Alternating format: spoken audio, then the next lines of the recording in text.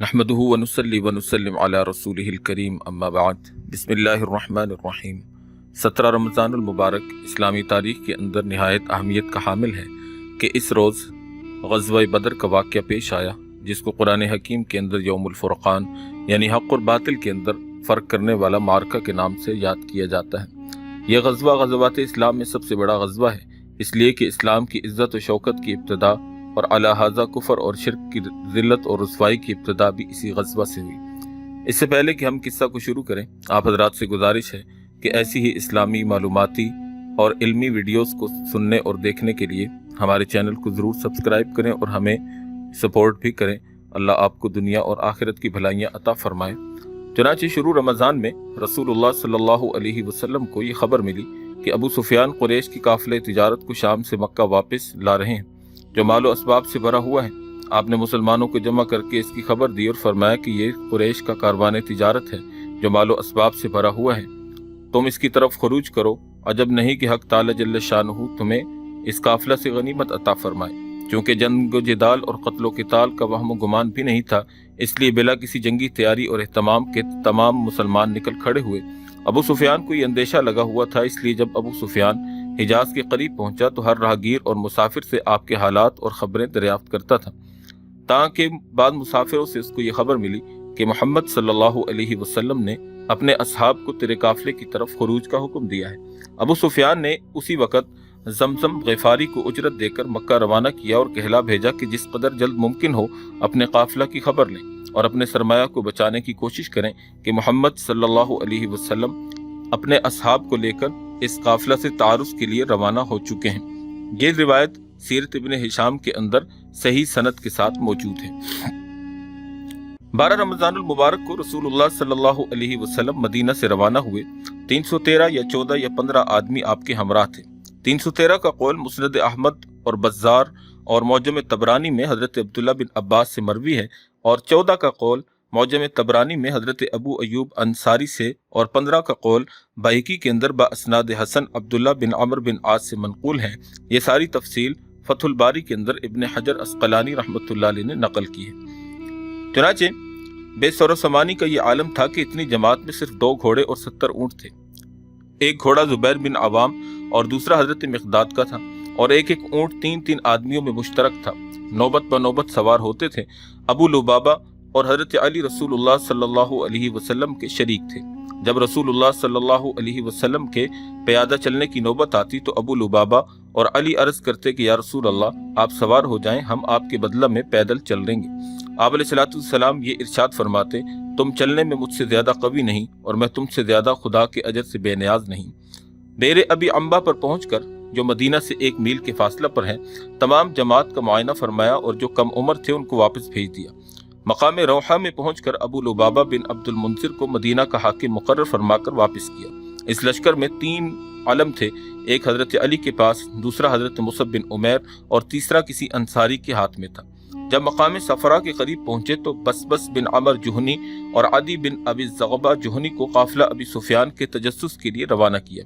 ادھر زمزم غفاری ابو سفیان کا پیغام لے کر مکہ پہنچا کہ تمہارا قافلہ خطرے میں ہے، دوڑو اور جلدی سے اس کی خبر لو۔ اس خبر کا پہنچنا تھا کہ تمام مکہ میں ہلچل پڑ گئی، اس لیے کہ قریش کا کوئی مرد و عورت ایسا نہیں تھا کہ جس نے اپنی پوری جمع پونجی اور سرمایہ اس میں شریک نہ کر دیا ہو۔ اس لیے اس خبر کے سنتے ہی تمام مکہ میں جوش پھیل گیا اور 1000 آدمی پورے ساز و سامان کے ساتھ نکل کھڑے ہوئے، اور ابو جہل سردار لشکر تھا۔ یہ روایت کہ 1000 افراد نکلے، یہ روایت ابو داؤد، مسلم اور ترمذی کے اندر حضرت عبداللہ بن عباس اور حضرت عبداللہ بن عمر اور حضرت عبداللہ بن مسعود وغیرہ سے مروی ہے۔ چنانچہ وہ لوگ اتراتے ہوئے عیش و طرب کا سامان ساتھ لے کر، گانے بجانے والی عورتوں اور طبلوں اور طبلچیوں کو ساتھ لے کر نکل کھڑے ہوئے۔ چنانچہ قرآن حکیم میں ان لوگوں کے اس تکبر کو بائیں الفاظ اللہ پاک نے بیان کیا، وَلَا تَكُونُوا كَالَّذِينَ خَرَجُوا مِن دِيَارِهِمْ بَطَرًا وَرِئَاءَ النَّاسِ۔ اے مسلمانوں، تم ان کافروں کی طرح مت ہو جانا جو اپنے گھروں سے اتراتے ہوئے اور اپنی قوت و شوکت کو دکھلاتے ہوئے نکلے تھے۔ تقریباً تمام سرداران قریش شریک لشکر ہوئے، صرف ابو لہب کسی وجہ سے نہ جا سکا اور اپنے بجائے ابو جہل کے بھائی عاص بن ہشام کو روانہ کیا۔ عاص بن ہشام کے ذمہ ابو لہب کے 4000 درہم قرضہ تھے اور وہ ادا نہیں کر سکتا تھا غریبی کی وجہ سے، اس لیے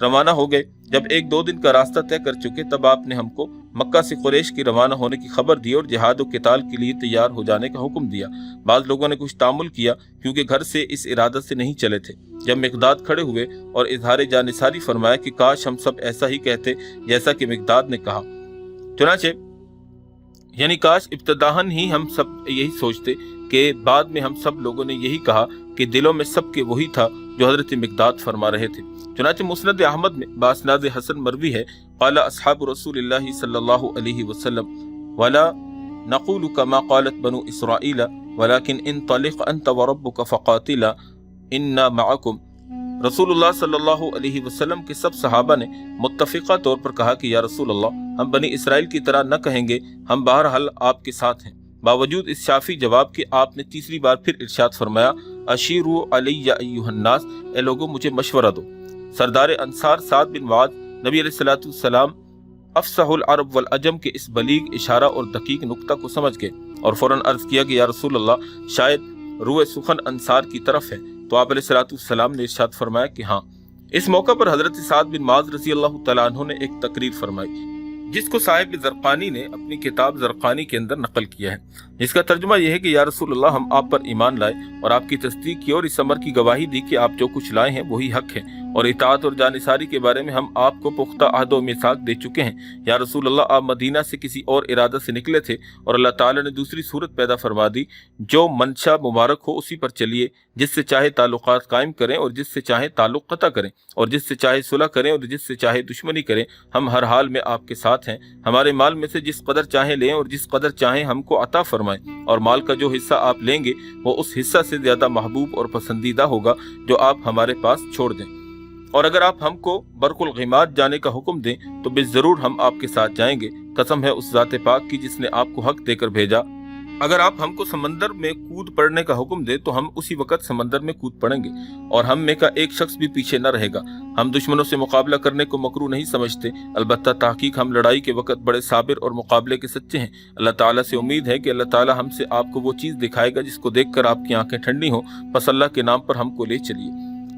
چنانچہ نبی علیہ الصلوۃ والسلام اس تقریر کو سن کر نہایت خوش ہوئے اور حضرت سعد بن معاذ کے جذبے کی تائید کی اور اس پر خوشی کا اظہار کیا۔ ادھر نبی علیہ الصلوۃ والسلام نے صحابہ کو یہ خبر دی کہ مجھے قوم کے پچھاڑے جانے کی جگہ دکھلائی گئی، اور ادھر مکہ میں رسول اللہ صلی اللہ علیہ وسلم کی پھوپھی عاتکہ بنت عبد المطلب نے زمزم غفاری کے مکہ پہنچنے سے پہلے یہ خواب دیکھا کہ ایک شتر سوار یعنی اونٹ سوار آیا اور ابطح میں ایک جگہ کا نام ہے، اونٹ کو بٹھا کر بآواز بلند یہ پکار کر کہا، الا انفروا یا آل غدر لمصارعکم فی ثلاث، اے اہل غدر، اپنے مقتل اور پچھڑنے کی جگہ کی طرف 3 دن میں نکل جاؤ۔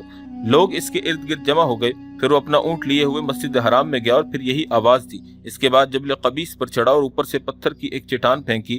جب چٹان پہاڑ کے دامن پہ پہنچی تو چور چور ہو گئی، اور مکہ کا کوئی ایسا گھر نہ رہا کہ اس میں اس کا ٹکڑا جا کر نہ گرا ہو۔ عاتکہ نے یہ خواب اپنے بھائی حضرت عباس سے ذکر کیا اور کہا کہ اے بھائی، خدا کی قسم، آج میں نے یہ خواب دیکھا ہے اور اندیشہ ہے کہ تیری قوم پر کوئی بلا اور مصیبت آنے والی ہے، دیکھو اس خواب کسی سے بیان نہ کرنا۔ عباس گھر سے نکلے اور اپنے دوست ولید بن عتبہ سے اس خواب کا ذکر کیا اور یہ تاکید کی کہ اس خواب کا کسی اور سے ذکر نہ کرے، مگر ولید نے اپنے باپ عتبہ سے اس خواب کا لفظ بلفظ تذکرہ کر دیا۔ اسی طرح یہ بات تمام مکہ میں پھیل گئی۔ دوسرے تیسرے روز حضرت عباس مسجد حرام میں گئے تو دیکھا کہ ابو جہل ایک مجمع کے ساتھ بیٹھا ہوا ہے۔ ابو جہل نے حضرت عباس کو دیکھتے ہی کہا کہ ابو الفضل، تمہارے مرد تو نبوت کے مدعی تھے ہی، اب تمہاری عورتیں بھی نبوت کا دعویٰ کرنے لگی۔ تو حضرت عباس نے دریافت کیا کہ کیا بات ہے۔ ابو جہل نے عاتکہ کے خواب کا ذکر کیا۔ اسی اثنا میں زمزم غفاری ابو سفیان کا پیام لے کر اس شان سے مکہ میں پہنچا کہ پیراہن چاک ہے اور اونٹ کی ناک کٹی ہوئی ہے، اور یہ پکارتا ہوا آ رہا ہے، گروہ قریش، اپنے کاروان کی خبر لو اور جلد از جلد ابو سفیان کے قافلہ کی مدد کو پہنچو۔ یہ خبر سنتے ہی پورے قریش ساز و سامان کے ساتھ مکہ کی طرف نکل کھڑے ہوئے اور بدر میں پہنچ کر خواب کی تعبیر بحالت بیداری دیکھ لی۔ یہ روایت مستدرک حاکم اور مجمع الزوائد کے اندر منقول ہے۔ عاتکہ بنت عبد المطلب نبی علیہ الصلوۃ والسلام کی پھوپھی ہیں۔ ان کے اسلام میں اختلاف ہے۔ ابن سعد فرماتے ہیں کہ عاتکہ مسلمان ہوئی اور مدینہ کی طرف ہجرت بھی کی۔ غرض یہ کہ قریش پورے ساز و سامان کے ساتھ گاتے بجاتے ہوئے روانہ ہوئے۔ جب مقام جحفہ میں پہنچے تو جہیم بن سلط نے یہ خواب دیکھا کہ ایک شخص گھوڑے پر سوار ہے اور ایک اونٹ اس کے ہمراہ ہے۔ وہ آ کر کھڑا ہوا اور یہ کہتا ہے کہ قتل ہوا عتبہ بن ربیعہ اور شیبہ بن ربیعہ اور ابو الحکم بن ہشام یعنی ابو جہل اور ابیہ بن خلف اور فلاں فلاں۔